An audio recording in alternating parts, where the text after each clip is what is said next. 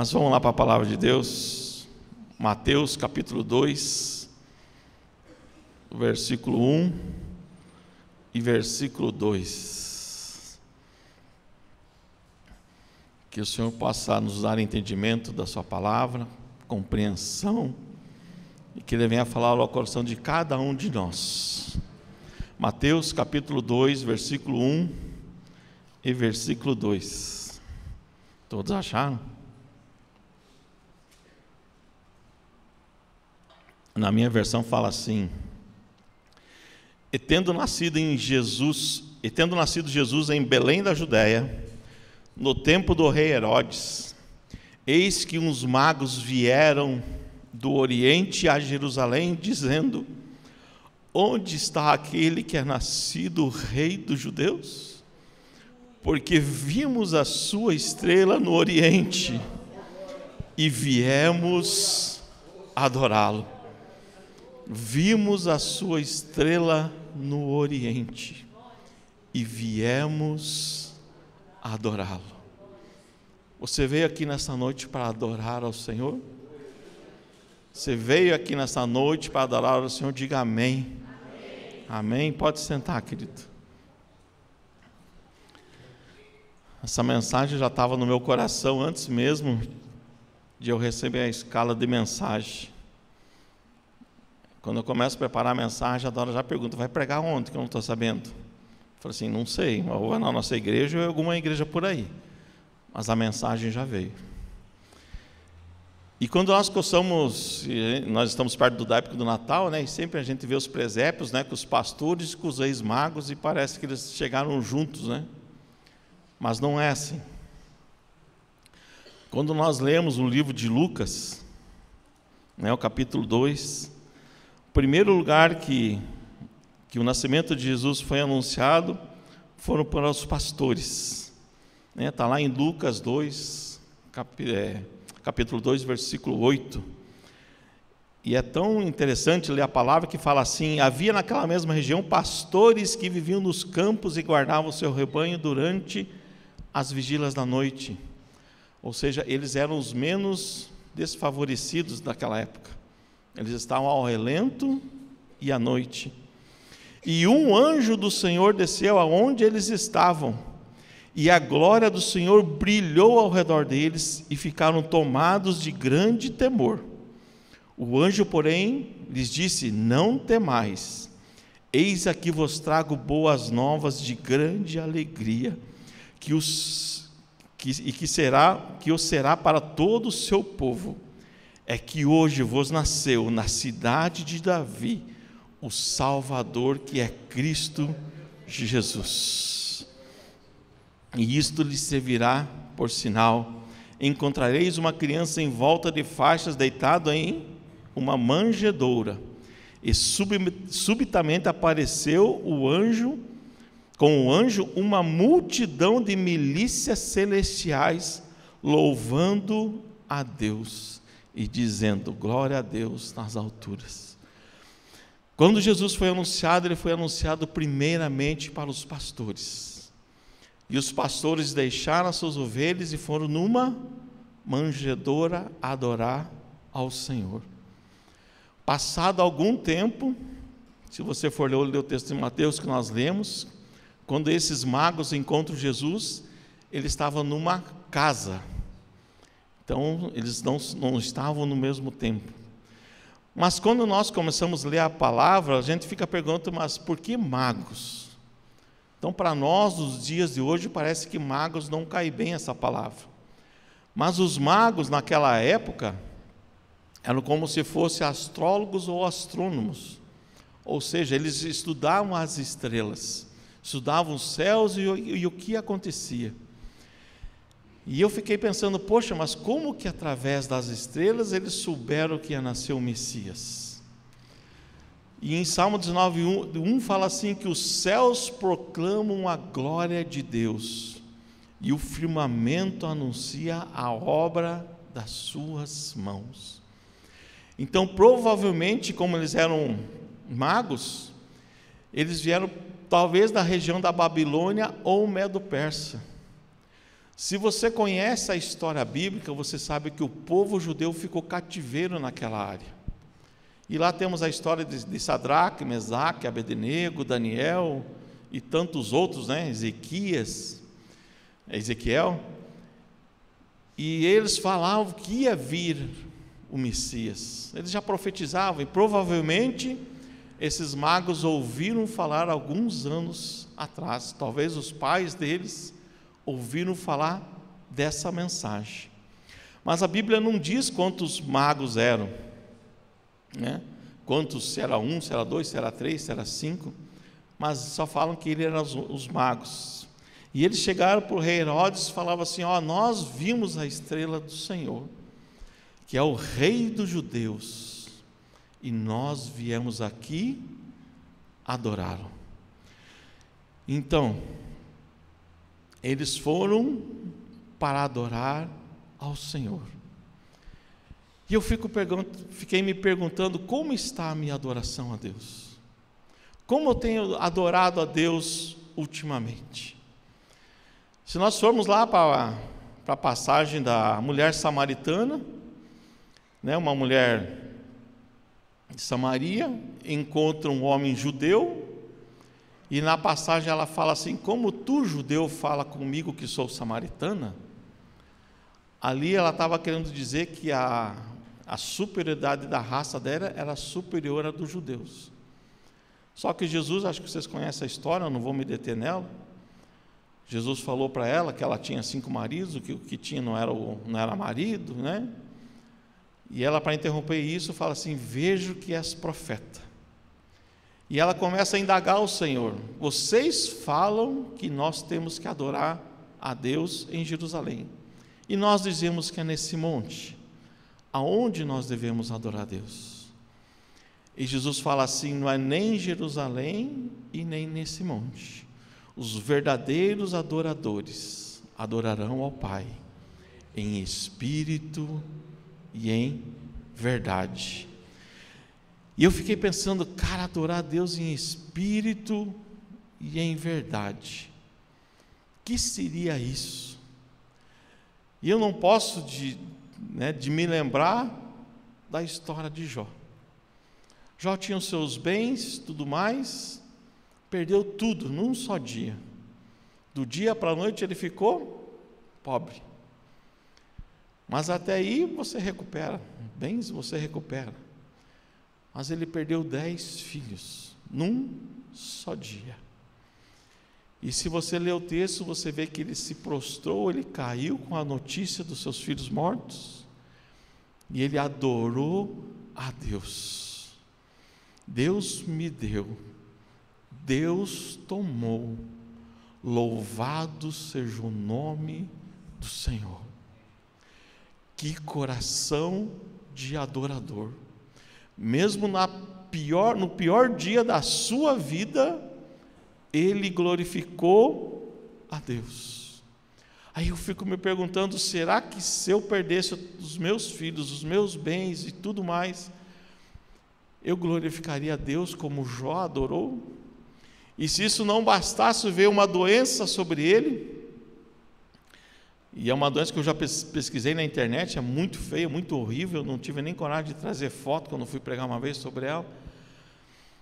E mesmo assim veio os amigos e começaram a acusar Jó de agiota, começaram a acusar Jó de enganador, de várias coisas. Os 3 amigos acusaram Jó de adultério e tudo mais, mas mesmo assim ele adorava a Deus. Ele falava assim: eu sei que o meu Redentor vive, e um dia ele se levantará. Ou seja, Jó não esperou nem um pouco dos homens. Só que mesmo assim, no final, lá no capítulo 38 de Jó, Jó pede a sua morte, e Deus aparece para Jó. E Deus começa as perguntas para Jó. Jó, onde você estava quando eu coloquei o firmamento da terra? Aonde que você estava, Jó, quando eu falei para o mar: pare aqui, daqui você não passe, e daqui para cima é terra? Onde você estava? Onde você estava, Jó, quando os raios se apresentavam a mim, e eu sei o nome de todos eles? Onde você estava, Jó? E assim vai uma infinidade de perguntas. E em tudo isso, Jó adorou a Deus. Ele falava: tu sabes de todas as coisas, Senhor. Ou seja, Jó tinha um foco. Ele queria adorar a Deus. E quando a gente vai na tradução do que é adorar a Deus, uma das palavras, são várias que tem, é proskunel, que seja beijar a mão de alguém, cair de joelhos, tocar ao chão, né? Tocar ao chão com a testa. Mas o que é adorar a Deus em espírito e em verdade? O que é essa adoração que Deus quer? Adorar em espírito e em verdade significa honrar a Deus e render-lhe graças de uma maneira tão profunda que envolve todo o nosso ser. Adorar a Deus é tão profundo que envolve todo o nosso ser. Talvez você veio aqui nesta noite e falou assim: Senhor, eu quero a solução das minhas dívidas. Senhor, hoje, essa noite, eu quero a cura da minha doença, minha ou de um parente meu. Senhor, eu quero nesta noite que o Senhor abra as portas do emprego. Senhor, eu quero que essa semana o Senhor multiplique no meu comércio, nas minhas vendas. Mas eu vou dizer para você uma frase da Valnice Milhomes que marcou minha vida: nós nunca vamos ter tudo de Deus enquanto Deus não tiver tudo de nós. Vou repetir: nós nunca vamos ter tudo de Deus enquanto Deus não tiver tudo de nós. Aí eu pergunto: você tem dado tudo para Deus? Me lembrei agora do salmo que eu e o pastor Haroldo gostamos e amamos muito, Salmos 84, vou até abrir aqui. O versículo 2 fala assim: a minha alma suspira e desfalece pelos atos do Senhor, o meu coração é a minha carne, exulto pelo Deus vivo. O pardal encontrou casa e a andorinha ninho para si, onde acolhe os seus filhotes. Os teus altares, Senhor dos exércitos, Rei meu e Deus meu. Essa é a verdadeira adoração, em espírito e em verdade. Adorar a Deus é mais do que nós cantarmos um hino, é mais do que nós falarmos de amor. Adorar a Deus envolve um todo, um complexo muito maior. Ou seja, nós temos que dar tudo de nós. É reverência, é serviço, é devoção. Aquela pessoa que limpa o banheiro da igreja, ela está adorando a Deus. Quando você está se alimentando com a sua família, você está adorando a Deus. Ou seja, tudo que nós fazemos para a honra e glória de Deus. E se Deus pedisse algo de você, você faria? Abraão, quando ele recebeu o chamado de Deus e tudo mais, o filho da promessa, e veio o filho da promessa, e um dia Abraão falou assim: venha, traga o seu filho e sacrifica ele para mim. Sacrifique o seu filho para mim. Você pode pensar o que estava se passando na cabeça de Abraão?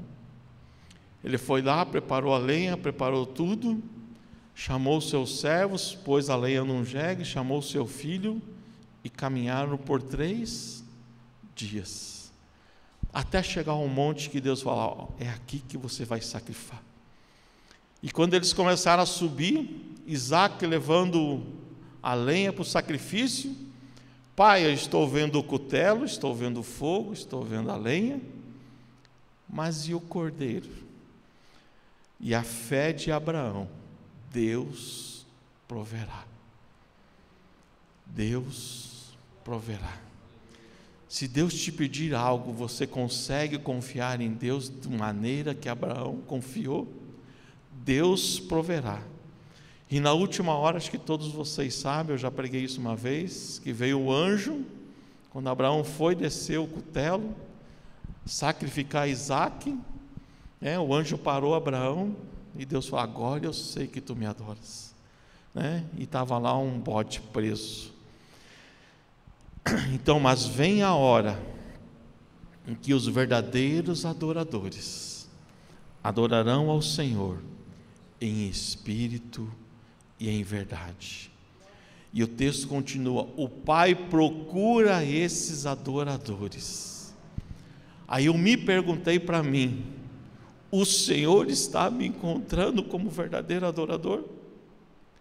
Será que eu sou um filho rebelde, ou será que eu sou um filho religioso que só vou ao culto de domingo e quarta e não faço mais nada? Como o Senhor está me achando? O Senhor está procurando verdadeiros adoradores. Agora eu transfiro a pergunta para nós: o Senhor tem nos encontrado? Ou nós só estamos pedindo aquilo que nós queremos, aquilo que nos satisfaz? Vou repetir a frase de Valnice: nós nunca vamos ter tudo de Deus quando Deus não tiver tudo de nós. E se você for para Mateus ali 2,11, os magos encontraram Jesus, e o 2,11 fala assim: e entrando na casa, acharam o menino com Maria sua mãe, e prostrando-se, o adoraram. E depois que eles adoraram, e abrindo seus tesouros, ofertaram-lhe dádivas, ouro, incenso e mirra. Nessa parte eu tenho muito temor para falar,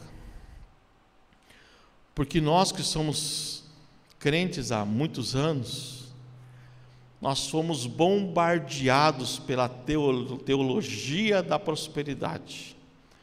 Deus, dê para Deus que Deus vai te dar 100 vezes mais. Isso não está na Bíblia. Essa passagem está falando daquela pessoa que deixa seu pai e sua mãe e vai pregar a palavra de Deus em outro lugar. É isso que a palavra de Deus está falando.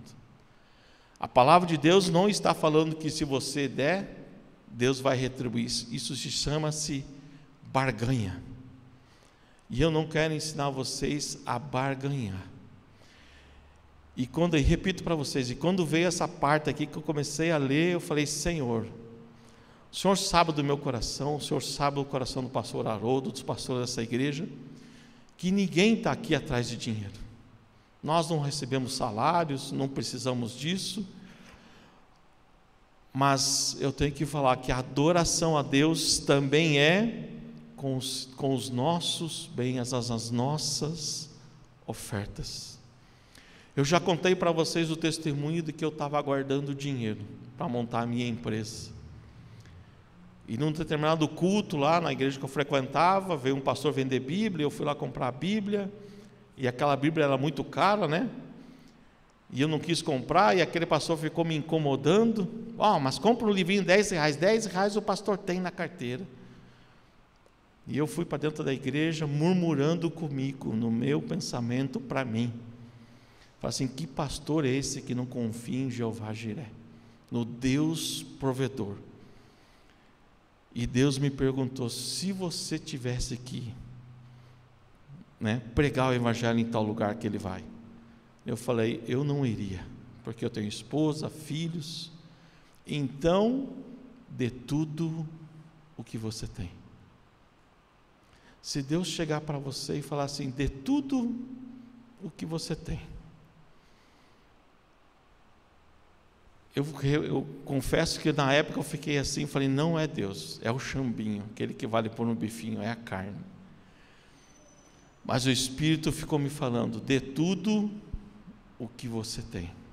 E eu sabia o que Deus estava me falando, que era uma conta que eu tinha, que eu estava guardando o dinheiro para montar a minha empresa que eu tenho hoje. E passou o culto todo e sem pestanejar, eu peguei aquele cartão, dei para minha esposa, falei assim: vá lá, passa na maquininha daquele missionário, Não pegue nenhum livro e passe tudo para ele, tudo que eu tenho, só deixe R$10 para não fechar a conta. E ela me olhou, não questionou, foi lá e deu. Aí, se Deus perguntar para você, dê tudo que você tem. Aquele jovem rico que chegou para Jesus: olha, Jesus, o que eu vou fazer para herdar a vida eterna?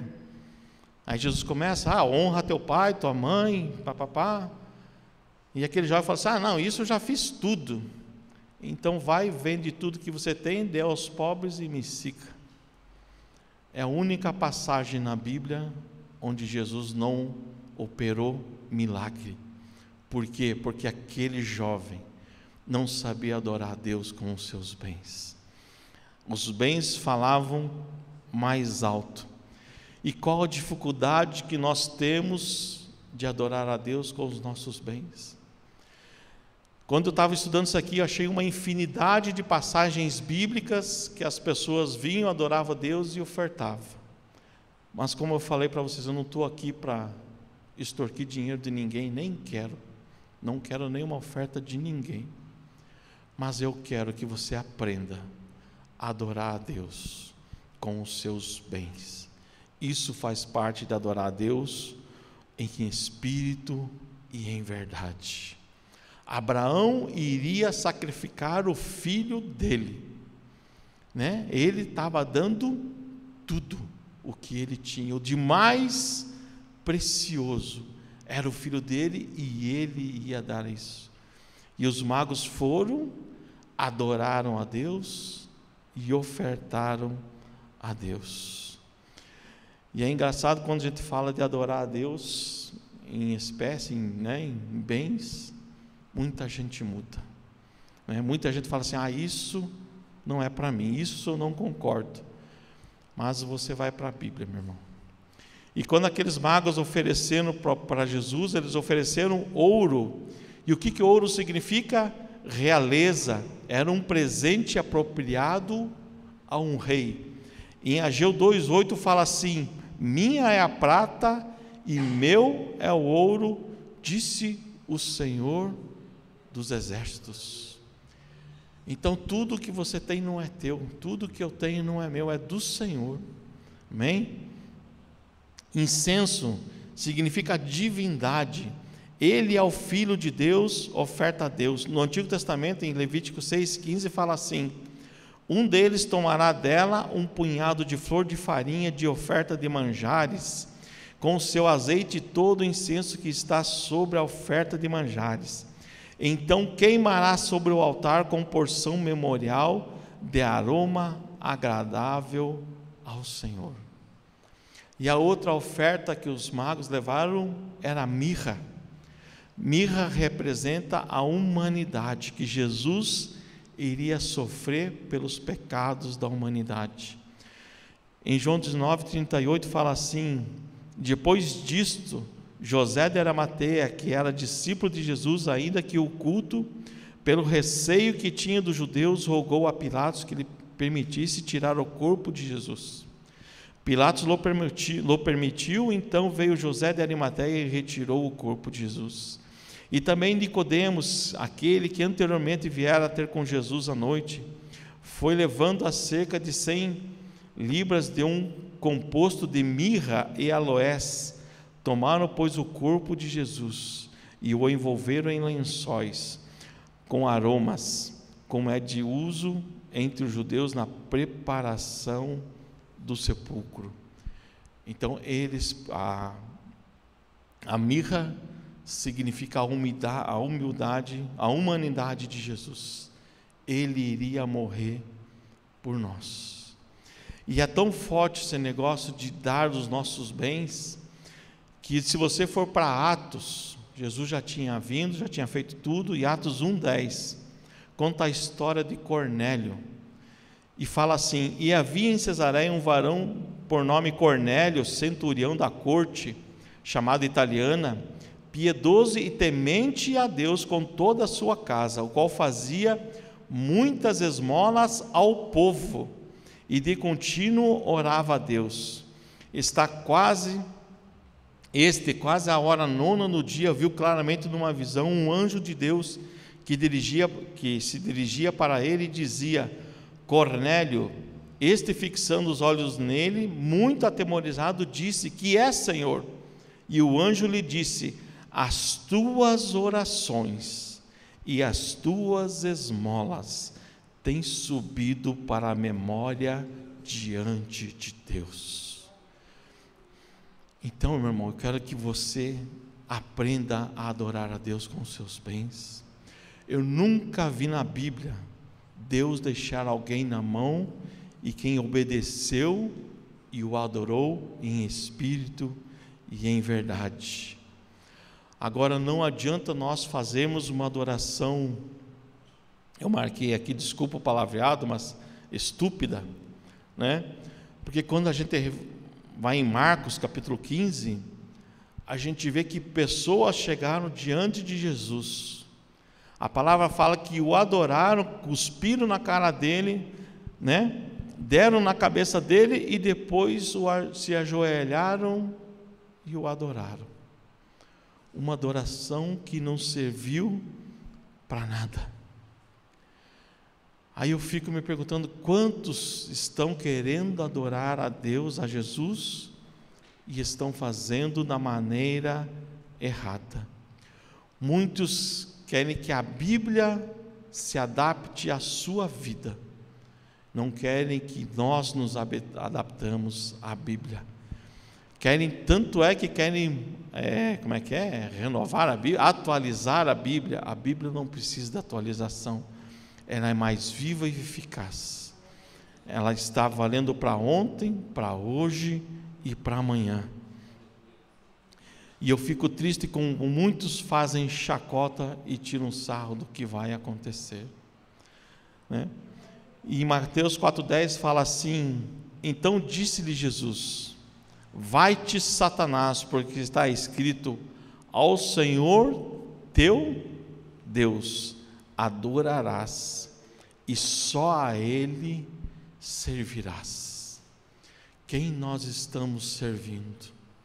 Nós estamos servindo a Deus diariamente? A Bíblia fala que se nós dermos um copo de água para um que venha pedir na nossa casa, Deus vai nos abençoar. E Ele tem nos abençoado. E se você for lá para os 10 mandamentos, nos 10 mandamentos fala assim: não terá outros deuses diante de mim, não farás para ti imagem de escultura. Ou seja, nós temos que adorar a Deus. Isso em Deuteronômio 5, lá nos 10 mandamentos. Se nós formos para Mateus 22:37, Jesus fala assim: amarás o Senhor teu Deus de todo o teu coração, de toda a tua alma e de todo o teu pensamento. Adorarás ao Senhor de todo o teu coração, de toda a tua alma e de todo o teu pensamento. Então, adorar em espírito e em verdade significa honrar a Deus, render-lhe graças de uma maneira tão profunda que envolve todo o nosso ser. Estou repetindo a frase que eu falei antes. Adorar a Deus em verdade significa honrar a Deus e render-lhe graças de uma maneira tão profunda que envolve todo o nosso ser. Você tem adorado? Como tem sido a sua adoração? Você tem entrado no seu quarto, fechado a sua porta e procurado adorar a Deus? Você tem feito um jejum para Deus, para se santificar? Você tem falado de Deus para o teu próximo? Você tem se comportado como um verdadeiro cristão? Eu vi esses dias, a Dora me mostrou uma igreja que tiraram o pastor da igreja e os membros foram lá e quebraram a igreja. E eu fiquei pensando, cara, que evangelho que estava sendo pregado naquele lugar. Depois, é sempre a Dora que me mostra essas coisas, né? Ela me mostrou de um pastor ensinando a pastores a extorquir a igreja. Que vinha o obreiro, dava o envelope, o pastor pregava 5 minutos e o obreiro ficava do lado pedindo o envelope para constranger. nós não queremos constranger ninguém. Nós queremos adorar a Deus em espírito e em verdade. Você nunca vai ouvir da minha boca: vou fazer uma campanha que se você contribuir, Deus vai te dar 100 vezes mais. Você nunca vai ouvir isso da minha boca. Agora o que você vai ver da minha boca é: vamos adorar a Deus em espírito e em verdade. Vamos nos encher do Espírito Santo. Vamos obedecer à voz de Deus, né? A palavra de Deus fala assim: ser fiel no pouco e no muito eu te colocarei. Quando eu vejo esse ser fiel no pouco, é em todas as áreas da nossa vida. É adorar a Deus na nossa casa, no escondido, às vezes trabalhando, buscar a presença de Deus, né? E se eu for fiel no pouco, Ele vai me colocar no muito. Se eu for fiel nas minhas orações, Deus vai derramar o seu Espírito Santo sobre a minha vida e me encher. Eu não vou ter medo deste mundo. Tem muita gente que está preocupado que o presidente dos Estados Unidos ganhou, perdeu, o outro perdeu, com o presidente daqui, quem era, quem não era. Eu vou falar para vocês que para mim não interessa mais nada disso. O que interessa é o viver para Cristo. Eu estou esperando um Salvador que morreu numa cruz, que derramou o seu sangue por mim, e Ele vai vir buscar uma igreja lavada e redimida no seu sangue.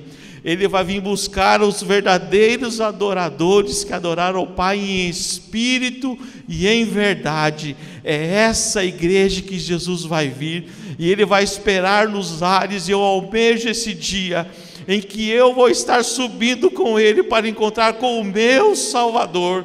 A mesma esperança que Jó tinha. Ele fala assim: eu sei que o meu Redentor vive. Eu digo para você: Cristo vive, e Ele está vindo buscar uma igreja lavada e redimida, que lavaram os seus vestes no sangue de Cristo, lavaram as suas vestes no sangue do Cordeiro, e Ele vai vir buscar a sua igreja santa e imaculada, aqueles que o adoraram em espírito e em verdade. Aqueles que têm colocado a Deus acima de todas as coisas. Aqueles que têm confiado que se eu matar o meu filho, Deus vai fazer ressuscitá-lo, como Abraão pensava. Aquele que tem esperança que Deus vai suprir todas as nossas necessidades. E a primeira necessidade minha e sua é adorar o Senhor dos exércitos, o Rei dos reis, o Senhor dos senhores, aquele que morreu naquela cruz e derramou o seu sangue por mim e por você, sem nós merecermos. Para acontecer isso, basta nós crermos. Basta nós crermos. Nós temos que ter atitude no nosso coração. Atitude no nosso coração. Nós não podemos ser religiosos. Quando eu era criança, não que eu seja velho, mas algum tempo atrás, quando os meus pais iam na igreja em Araucária, eles levavam a Bíblia e dentro da Bíblia tinha um lenço, porque eles sabiam que ia adorar ao Senhor. E na igreja que nós frequentávamos lá em Araucária, quando era semana de ceia, todo culto tinha 20 ou 15 minutos de oração. Esse culto de oração já tinha oração, mas tinha o culto das famílias, era 15 minutos de oração. Culto de libertação, 15 minutos de oração. Sábado, culto dos jovens, 15 minutos de oração, para o povo se preparar para o domingo, na grande ceia do Senhor. E hoje a gente não vê mais isso. Hoje, infelizmente, a gente vê muita religiosidade. Eu estava até comentando com o pastor Haroldo, as igrejas mais vazias são aquelas que estão pregando a palavra de Deus. São aquelas que estão falando a verdade, querendo tirar nós do inferno. Agora, as igrejas que estão falando mentiras, que são lobo vestido de ovelhas, prometendo 1001 coisas, essas estão cheias. A única coisa que eu posso falar para você: talvez um dia eu magoe você, talvez um dia o pastor Haroldo magoe você, porque nós somos carne. Mas uma coisa eu tenho certeza: nós nunca vamos deixar de anunciar a Cristo, nosso Salvador. Nós nunca vamos deixar de procurar a verdade e falar a verdade. Em Eclesiastes fala assim: guarda o teu pé contra entalhes na casa de Deus. Então, ou seja, uma atitude de adoração.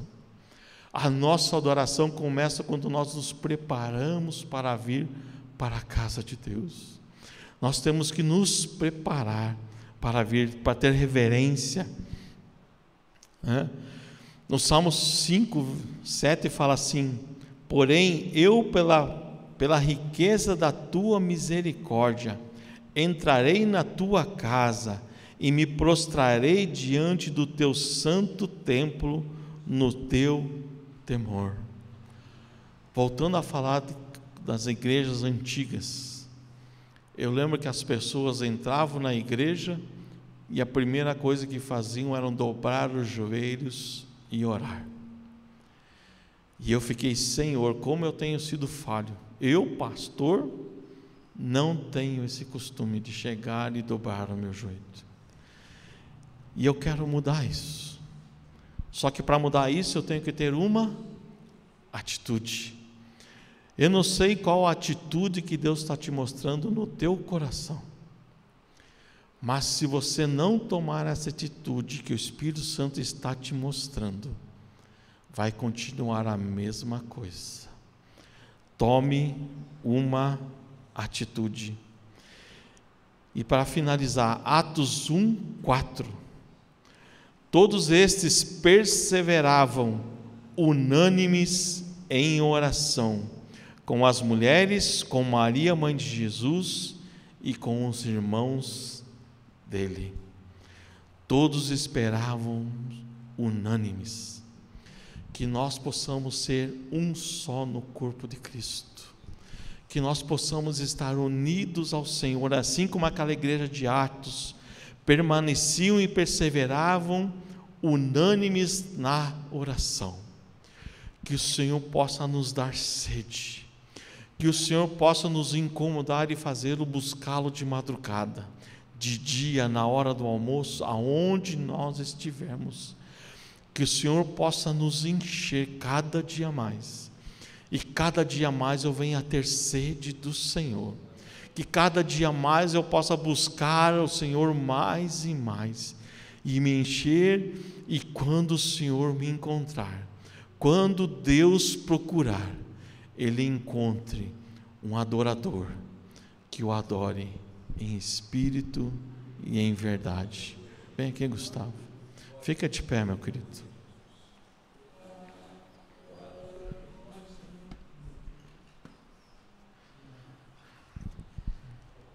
Eu não sei o que você veio buscar essa noite. Talvez você veio buscar uma cura, como eu falei anteriormente. Talvez você veio buscar um milagre de Deus na tua vida. Talvez você veio buscar uma solução para um problema na justiça. Talvez você veio buscar uma bênção para a tua empresa. Eu não sei o que você veio buscar, mas eu quero te pedir que agora você feche os seus olhos e você adore a Deus como você nunca adorou ao Senhor. Que você possa adorar ao Senhor em espírito e em verdade. Que a partir de hoje você possa tomar uma atitude e falar: Senhor, eu quero ser um verdadeiro adorador, que te adore em espírito e em verdade. Ó Senhor, nada nesse mundo me atrai, nada nesse mundo me prende aqui. Eu oro e almejo a volta do Senhor Jesus. Eu não vejo a hora de me encontrar com o Senhor nos ares e sair deste mundo. Eu não vejo a hora de subir e receber um novo corpo, umas novas vestes que o Senhor tem preparado para mim, um novo nome. escrito numa pedra. Oh Pai querido, em nome de Jesus, Senhor, eu quero te pedir, ó Pai, em nome de Jesus, quebra os nossos corações nesta noite, Senhor. Oh Pai, quebra os nossos corações, Senhor. Oh Pai querido, como diz a Tua palavra, sonda os nossos corações, Senhor. Sonda os nossos corações, ó Pai, e joga para fora aquilo que não te agrada, Senhor. Ó Pai, que o Senhor tenha liberdade de sondar os nossos corações, ó Pai, e tirar aquilo que não agrada o Senhor, ó Pai. Aquilo que talvez tenha me impedido de adorar ao Senhor, ó Pai. Ó Pai, quero adorar ao Senhor na beleza da sua formosura, Pai. Pai, mas quem somos nós, Senhor? Oh Pai, Tu és o Rei dos Reis, o Senhor dos Senhores. Oh Pai, os anjos ficam diante do Senhor, os anciãos diante do Senhor ficam cantando: Santo, Santo, Santo é o Senhor. Oh Pai querido, que o Senhor possa receber a minha adoração, que o Senhor possa nos encontrar, Senhor, os verdadeiros adoradores, que o Senhor fala que o Senhor tem procurado, ó Pai. O Senhor tem procurado, ó Pai, e que o Senhor venha nos encontrar, ó Deus, que o Senhor venha nos abraçar, Senhor.